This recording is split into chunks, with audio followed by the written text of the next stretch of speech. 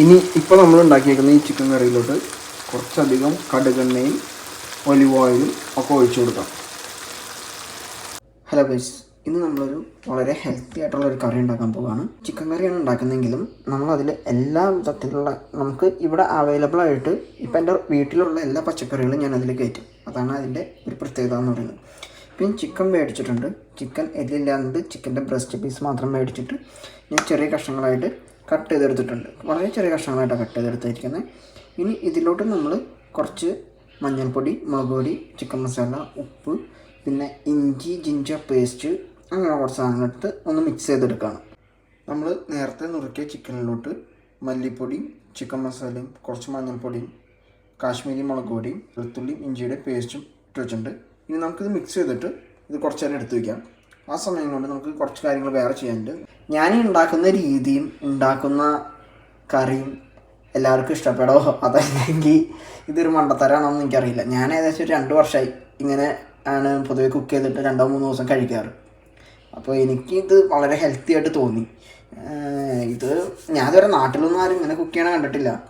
ഇങ്ങനത്തെ ഞാൻ പറയണ എല്ലാവരും എൻ്റെ അടുത്ത് എന്തെങ്കിലുമൊക്കെ പറയുമ്പോൾ ഞാൻ പറയുന്നത് നമ്മൾ എന്ത് കറിയൊക്കെ ഉണ്ടാക്കിയാലും നമ്മളെല്ലാം ഒരുമിച്ച് ചവച്ചരച്ചല്ലേ കഴിക്കുന്നതെന്നാണ് ചോദിക്കാറ്. ഇപ്പോൾ പലതായിട്ട് ഉണ്ടാക്കിയാലും ഒരുമിച്ച് ഉണ്ടാക്കിയാലും ഇനി അതിൽ വല്ല തെറ്റുണ്ടോയെന്ന് എനിക്കറിയില്ല.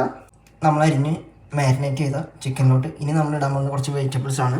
അതിന് ആദ്യം ക്യാരറ്റ്, പിന്നെ ഞങ്ങളുടെ നാട്ടിലെ കമരപ്പയർ എന്ന് പറയുന്ന പയറാണത്, കട്ട് ചെയ്തതാണ്. പിന്നെ ബ്രൊക്കോളി ഉണ്ട്, പയറുണ്ട്, കോളിഫ്ലവർ ഉണ്ട്. ഇത് ഞാൻ ഇങ്ങനെ അരിഞ്ഞൊരു സെറ്റായിട്ട് ഞാൻ കടയിൽ നിന്ന് മേടിച്ചതാണ്, ഫ്രീസായിട്ട് ഫ്രോസൺ മേടിച്ചതാണ്. ഇത് ഞാനിപ്പോൾ അരിഞ്ഞതാണ്. ഇനി ഇതിലോട്ട് ഇടുന്ന മറ്റ് ഐറ്റംസാണ് ബീട്രൂട്ട്, അതുപോലെ തക്കാളി അരിഞ്ഞത്, സവാള അരിഞ്ഞത്. ഇനി ഇതിലോട്ട് ഇടുന്ന മറ്റ് ഐറ്റംസാണ് ചീര അരിഞ്ഞതാണത്, ചീരയുടെ എല്ലാം അരിഞ്ഞത്. പിന്നെ ഐസ്ബർഗ് എന്ന് പറഞ്ഞിട്ടുള്ള ഒരു വെജിറ്റബിളാണ്. അത് ഞാൻ കേരളത്തിലൊന്നും നാട്ടിലൊന്നും അങ്ങനെ കേട്ടിട്ടില്ല.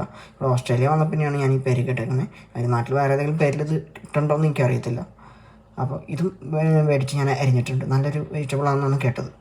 ഇനി നമുക്കിത് കുക്ക് ചെയ്യാനായിട്ട് ആദ്യം നമ്മൾ ഈ ചിക്കനെ ചെറിയ കുറച്ച്, ഇപ്പോൾ ഇവിടെ വെളിച്ചെണ്ണയല്ല, ഇവിടെ സൺഫ്ലവർ ഓയിലാണ് ഞാൻ യൂസ് ചെയ്യുന്നത്. കുറച്ച് സൺഫ്ലവർ ഓയിലിൽ ഈ ചിക്കനെ കുക്ക് ചെയ്തെടുക്കും. ഒന്ന് ചെറുതായിട്ടൊന്ന് കുക്ക് ചെയ്യാമെന്ന് പറഞ്ഞു കഴിഞ്ഞാൽ നമ്മൾ വറുക്കുന്ന പോലെ കുറച്ചാക്കുള്ളൂ, ഫുൾ വറുക്കത്തില്ല. അത് കഴിഞ്ഞിട്ട് അതിലോട്ടാണ് നമ്മളിതെല്ലാം ആഡ് ചെയ്യുന്നത്. ചിക്കനിപ്പോൾ ആവശ്യത്തിന് പാകമായിട്ടുണ്ട്. അത് ഇത്ര ആയാൽ മതി.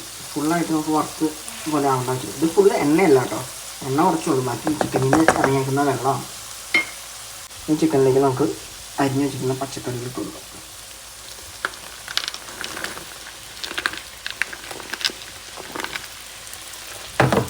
പച്ചക്കറികളെല്ലാം ഇട്ട് കൊടുത്തിട്ടുണ്ട്. നമുക്കിവിടെ കുറച്ച് പച്ചക്കറികൾ ബാക്കിയിരിക്കുന്നുണ്ട്. നമ്മുടെ ബീട്രൂട്ട്, സവാള, തക്കാളി, ഇലക്കറികൾ അതിരിക്കുന്നുണ്ട്. അത് ഇപ്പം ഇട്ട് കൊടുക്കുന്നില്ല. ഇതൊന്ന് വെന്തതിന് ശേഷം ഇട്ട് കൊടുക്കുന്നുണ്ട്. മൊത്തത്തിലൊന്ന് മിക്സ് ചെയ്തിട്ടുണ്ട്. എല്ലാം ഒന്ന് മിക്സ് ചെയ്തിട്ടുണ്ട്. ഇനി ഇതിലോട്ട് നമുക്ക് കുറച്ച് വെള്ളം ആഡ് ചെയ്ത് കൊടുക്കും. ഇനി ഇത് ഈ വെള്ളത്തിലിരുന്ന് വെന്ത് വരണം. അതിന് കുറച്ച് സമയം എടുക്കും. ഇതൊന്ന് വെന്ത് വന്നതിന് ശേഷം നമുക്ക് ബാക്കി സാധനങ്ങൾ ഓരോന്നായിട്ട് ഇട്ട് കൊടുക്കാം. ഇനി ബീട്രൂട്ടും കൂടെ നമുക്ക് കുക്ക് ചെയ്യാനായിട്ട് ആഡ് ചെയ്യാം. നമ്മുടെ കറി ഏകദേശം വെന്തിട്ടുണ്ട്. ഇതാണ് ഈ ചിക്കൻ്റെ കഷ്ണം എന്ന് പറയുന്നത്. പിന്നെ ഇതല്ലാണ്ട് നമുക്ക് ബീട്രൂട്ട് ഇട്ടുകൊണ്ട് കറിയുടെ കളർ മൊത്തത്തിൽ ഒരു റെഡിഷ് കളറായിരുന്നു. അപ്പോൾ ഇനി നമുക്ക് ഇതിലോട്ട് ആഡ് ചെയ്യേണ്ടത് സവാളയും തക്കാളിയാണ്. സവാളയും തക്കാളി ആഡ് ചെയ്യാം. അങ്ങനെ സവാളയും തക്കാളി ആഡ് ചെയ്തിട്ടുണ്ട്. ഇനി നമുക്ക് അതൊന്ന് മിക്സ് ചെയ്ത് കൊടുക്കാം. എന്നിട്ട് ഇതൊന്ന് ഇതിൽ കിടന്നൊന്ന് വെന്ത് വരട്ടെ.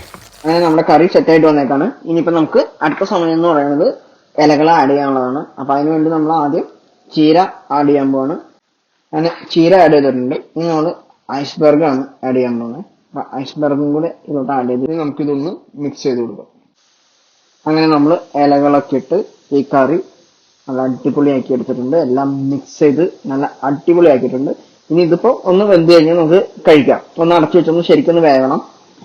ശരിക്കും ഇലകൾ ശരിക്കും വേണ്ട ആവശ്യമില്ല. റെഡി ടു ഈറ്റ് എന്നുള്ള രീതിയിൽ പാക്കറ്റിൽ വരുന്ന ഇലകളാണ് മേടിച്ചിരുന്നത്. കറി റെഡി ആയി കഴിഞ്ഞിട്ടുണ്ട്.